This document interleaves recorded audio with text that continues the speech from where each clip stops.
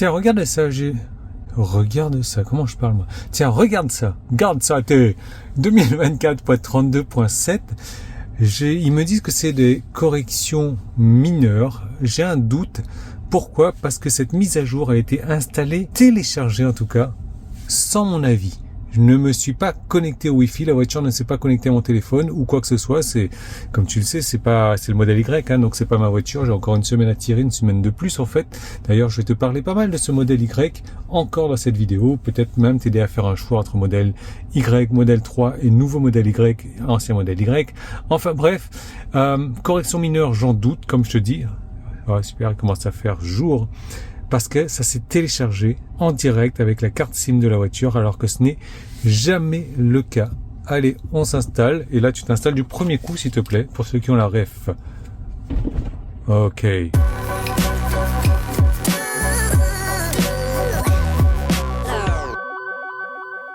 Bon, correction mineure, c'est pas étonnant. Si tu n'avais pas vu ma vidéo où je te parlais des détails de la 2024-32, je te mets le petit i, tu vas pouvoir cliquer dessus, je pense que c'est là. Bah tiens, Spotify, bon ça déconne toujours, mais tu vas me dire, ouais, il y a une espèce de bisbille avec Tesla, il paraît que Spotify va disparaître du compte premium. Alors, on a un message maintenant. Pour continuer à écouter Spotify, tu dois mettre à jour, donc en gros, ce que tu dois faire, tu peux lié avec ton compte Spotify ou utiliser celui du véhicule. De cette manière-là, tu vas pouvoir conserver tes chansons préférées, le contenu enregistré, et tu pourras utiliser ce compte sur d'autres appareils aussi. Bon, ça sera peut-être la version de Spotify gratuite avec un peu de pub, mais de toute manière, maintenant, on a YouTube Music, Amazon Music. Si c'est un abonnement Amazon Prime, Amazon Music est inclus dedans et donc sans pub. Moi perso je l'utilise pas, j'utilise YouTube Music. Donc je te rappelle, là c'est pas ma voiture, c'est une voiture de prêt, mais j'utilise YouTube Music et je trouve plus puissant en termes de recommandations de chansons. Il connaît vraiment plus mes goûts que Spotify. Sinon tu as aussi Apple Music. C'est dit que la qualité audio est meilleure, je l'ai pas trouvé.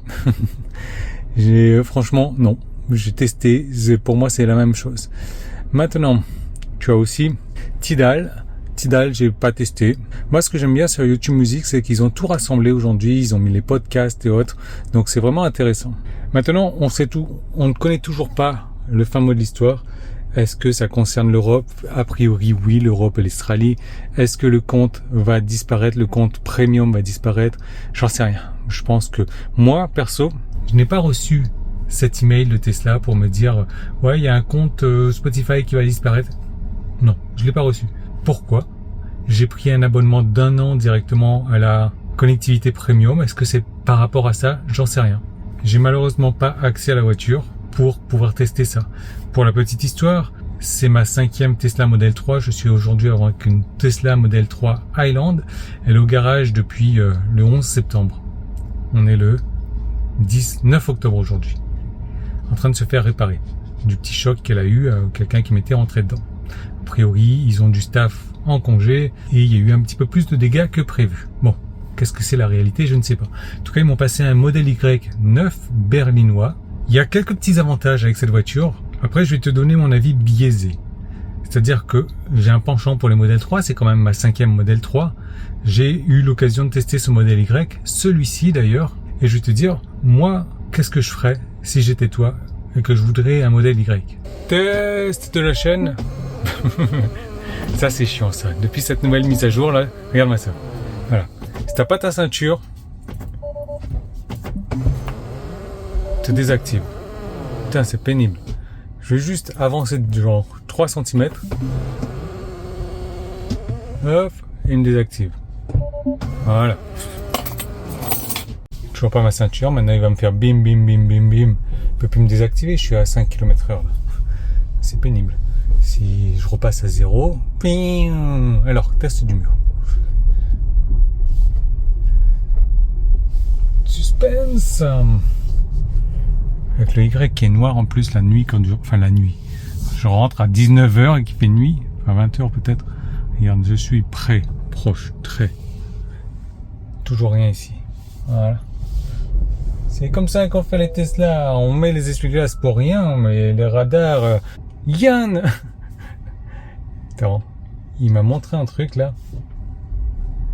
Ben voilà, bon, j'ai plus rien. Si je mets la marche arrière, forcément, oui. Ouais, les essuie-glaces, toujours merdique. Les radars, capteurs. Allez, on ferme la parenthèse.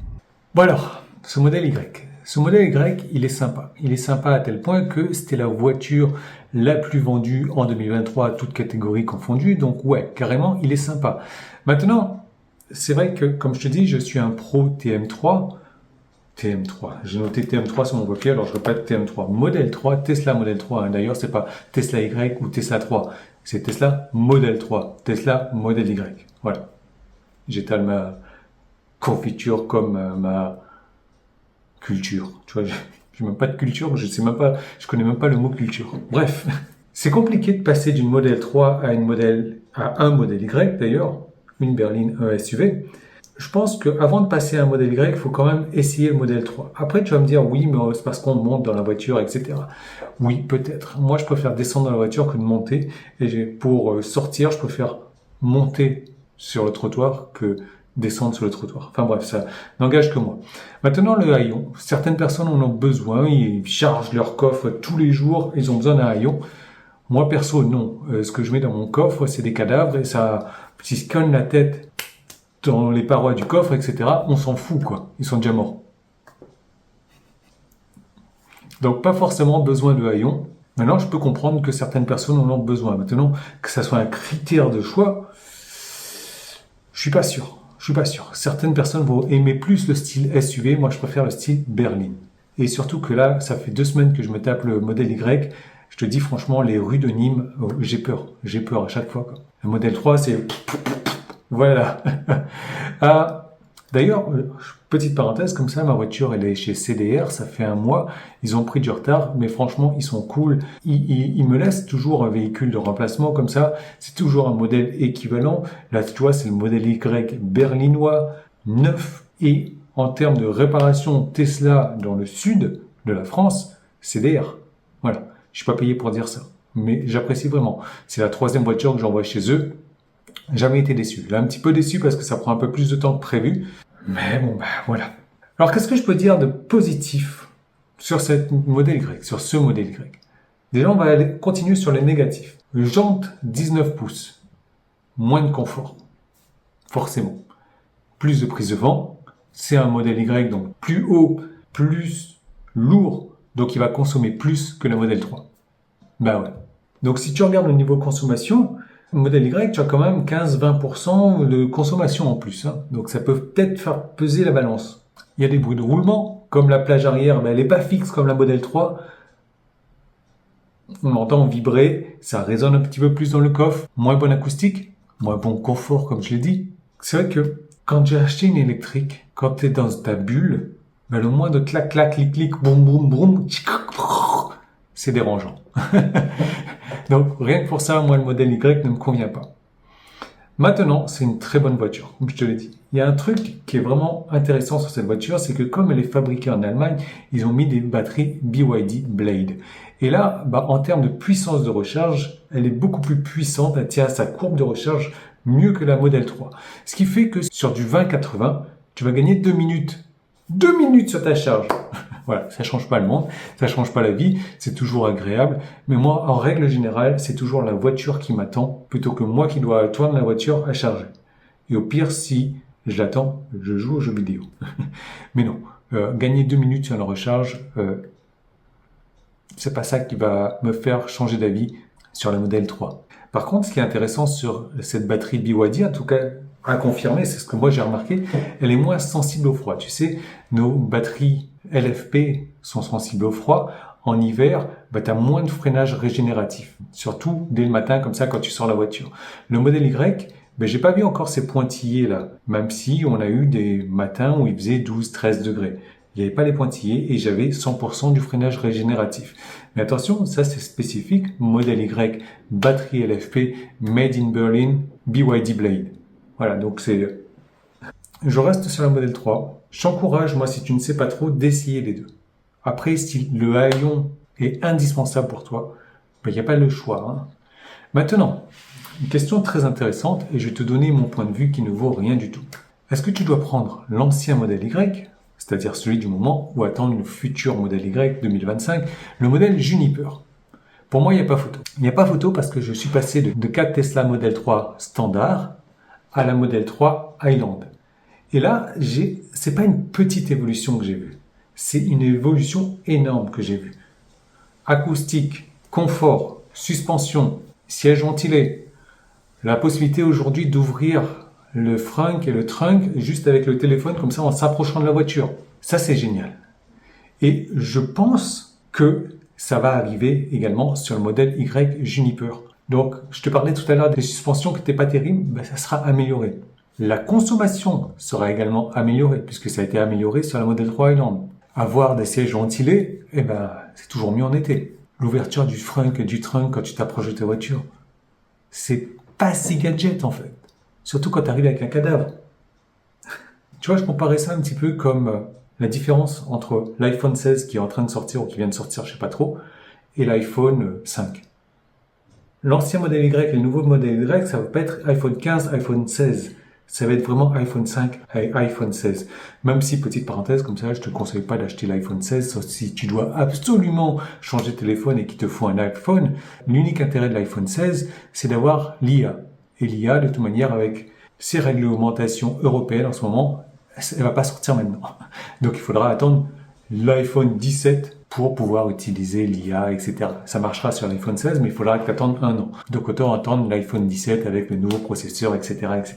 Enfin bref, on referme cette parenthèse. Ça sera vraiment cette différence que tu vas sentir. Et je me dis que, ouais, certes, il y a des promotions aujourd'hui sur les modèles Y, parce qu'ils veulent liquider les stocks, mais est-ce que ça vaut vraiment le coup de économiser 2 à 3 000 euros, je ne sais pas combien sont les promotions, 2 à 3 000 euros pour avoir un iPhone 5 plutôt que d'avoir un iPhone 16 ou 17.